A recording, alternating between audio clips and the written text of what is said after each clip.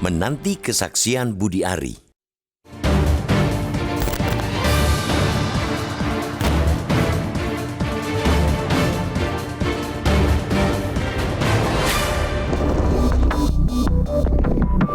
Mantan Menteri Komunikasi dan Informatika atau Menkominfo yang kini menjabat Menteri Koperasi Budi Ari Setiadi tengah berada di pusaran skandal dugaan upaya melindungi 1.000 situs judi online yang melibatkan 11 pegawai Kementerian Komunikasi dan Digital atau Komdigi yang dulu pernah dipimpinnya.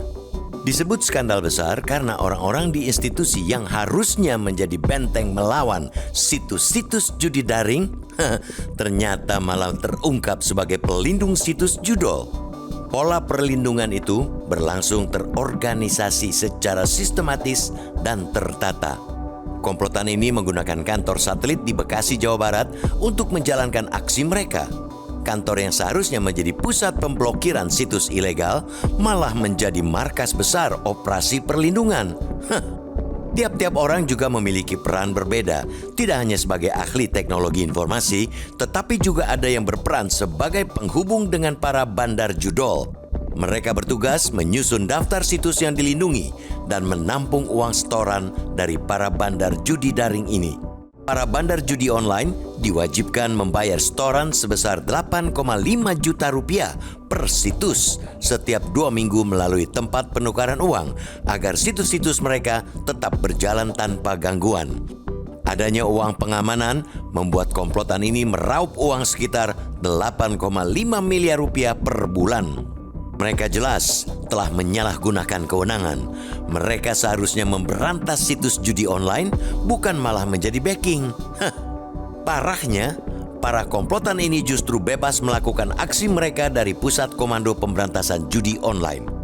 Para pegawai Kementerian Komdigi itu ditengarai sudah lama melindungi ribuan situs judi online, tetapi tak pernah ditindak oleh Budi Ari semasa menjabat Menkominfo hingga akhirnya baru terungkap akhir-akhir ini.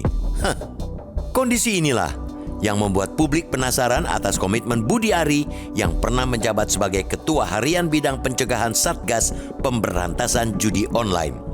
Ia justru tidak mendeteksi aktivitas ilegal pengamanan judol di dalam instansinya. Ditambah lagi, beredarnya sejumlah bukti yang menggambarkan kedekatan Budi Ari dengan sejumlah tersangka makin menguatkan kecurigaan publik.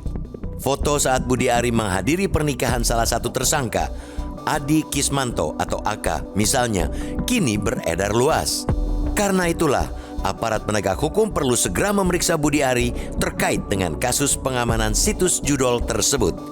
Pemeriksaan Budi Ari wajib dilakukan bukan hanya soal memastikan Budi terlibat atau tidak, melainkan juga untuk memastikan sejauh mana ia sebagai komandan pemblokiran situs judi online mengontrol dan mengawasi jajarannya. Satu hal yang pasti, Budi mengaku telah ceroboh merekrut Aka dan memberikan kewenangan besar dalam tim pemblokiran konten. Perekrutan yang diambilnya atas rekomendasi dari T yang kini juga jadi tersangka. Kedua orang itu menurut Budi Ari telah mengkhianati kepercayaan yang ia berikan. Budi juga melempar bola panas bahwa T merupakan aktivis politik dan dekat dengan mantan Menteri Perhubungan Budi Karya Sumadi. Tentu terhadap Budi Ari, daripada berpolemik dengan beragam bantahan, lebih pas dan terang bila pernyataan dan pengetahuannya soal itu ia sampaikan kepada aparat. Hal itu untuk mengurai lebih jelas keterlibatan orang-orang kuat yang menyebabkan suburnya judol di negeri ini. Rakyat di negeri ini telah menderita karena candu judi online. Kasus ini bisa menjadi momentum untuk memberangus ekosistem judi online dari hulunya. Dari para tersangka ini sangat-sangat bisa digunakan untuk membongkar para bandar dan para backing yang selama ini disebut-sebut memberikan setoran.